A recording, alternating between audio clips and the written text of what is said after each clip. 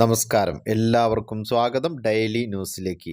നാളെ 2024 ഡിസംബർ മാസം 27-ാം തീയതി ബുധനാഴ്ച ദിവസം പൊതുജനങ്ങൾ ശ്രദ്ധിച്ചിരിക്കേണ്ട വളരെ പ്രധാനപ്പെട്ട 5ഓളം അപ്ഡേറ്റുകളാണ് ഈ ഒരു വീഡിയോയിൽ ഉൾപ്പെടുത്തിയിട്ടുള്ളത്. ഓരോ വാർത്തകളും വളരെ പ്രാധാന്യമുള്ളതാണ്. വീഡിയോ അവസാനം വരെ ശ്രദ്ധിക്കണം. മറ്റുള്ളവരിലേക്കും ഈ ഇൻഫർമേഷൻ ഷെയർ ചെയ്തെത്തിക്കുവാനും നിങ്ങൾ മറക്കരുത്.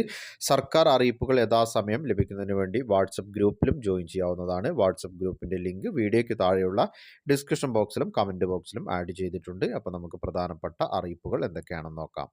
ഒന്നാമതായി പങ്കുവെക്കുന്ന അറിയിപ്പ്, കുറുവ സംഘം ഭീതിയുണർത്തിയതിന് പിന്നാലെ തമിഴ്നാട്ടിലെ കുപ്രസിദ്ധ മോഷണ സംഘമായ ഇറാനി സംഘവും കേരളത്തിൽ.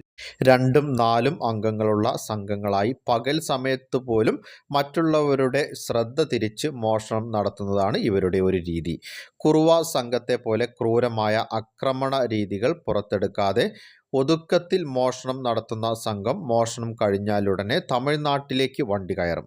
മുൻപ് കോട്ടയത്തും രാജാക്കാട്ടും ജ്വല്ലറികൾ കേന്ദ്രീകരിച്ച് മോഷണം നടത്തിയത് ഇറാനി സംഘമാണെന്ന് പോലീസിന് സൂചന ലഭിച്ചിരുന്നു. കഴിഞ്ഞ ദിവസം ഇടുക്കി നെടുങ്കണ്ടത്ത് മോഷണം നടത്തുന്നതിനിടെ സംഘത്തിലെ 2 പേർ അറസ്റ്റിലാവുകയും ചെയ്തിരുന്നു.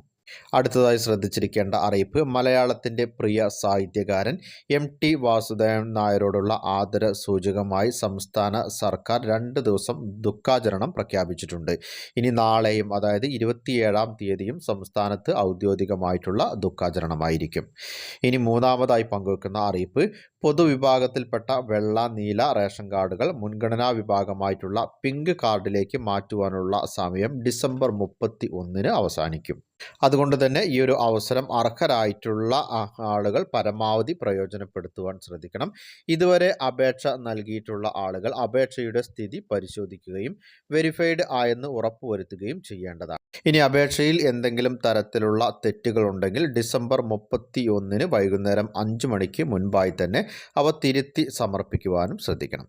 ഇനി അടുത്തതായി പങ്കുവെക്കുന്ന മറ്റൊരു പ്രാധാന്യമുള്ള അറിയിപ്പ്, പ്രതിമാസം 15,000 ലിറ്ററിൽ താഴെ ഉപഭോഗമുള്ള BPL വിഭാഗത്തിൽ വരുന്ന ഉപഭോക്താക്കൾക്ക് സൗജന്യ കുടിവെള്ളം ലഭിക്കാനായി ജനുവരി 31 വരെ വാട്ടർ അതോറിറ്റി സെക്ഷൻ ഓഫീസുകളിലോ ഓൺലൈൻ വഴിയോ അപേക്ഷകൾ നൽകാവുന്നതാണ്.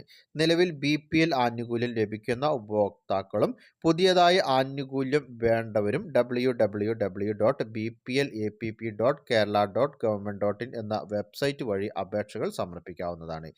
BPL ആനുകൂല്യത്തിനായി അപേക്ഷകൾ സമർപ്പിക്കുന്ന ഉപഭോക്താക്കളുടെ വിവരങ്ങൾ സിവിൽ സപ്ലൈസ് വെബ്സൈറ്റിലെ വിവരങ്ങളുമായി താരതമ്യം ചെയ്ത് അർഹരായവർക്ക് ഈയൊരു ആനുകൂല്യം നൽകുന്നതായിരിക്കും.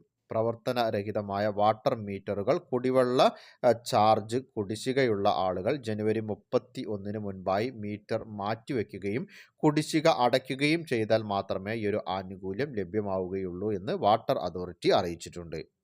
പൊതുജനങ്ങൾ ശ്രദ്ധിച്ചിരിക്കേണ്ട വളരെ പ്രാധാന്യമുള്ള അറിയിപ്പുകളുടെ വിശദവിവരങ്ങളാണ് പങ്കുവച്ചത്. പരമാവധി ആളുകളിലേക്ക് ഈ ഇൻഫർമേഷൻ ഷെയർ ചെയ്തെത്തിക്കണം.